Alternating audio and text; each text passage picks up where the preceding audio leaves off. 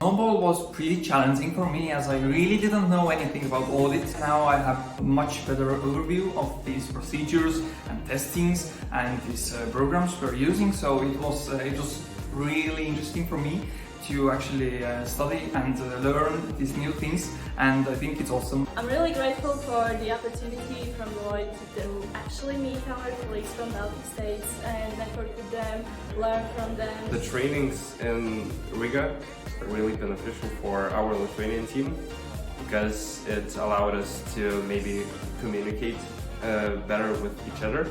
All the Lithuanian team, I can say thank you for all the organizers. I've had some audit experience from the other side, answering some audit requests. The Snowball really helped me develop understanding about audit from the auditor's perspective.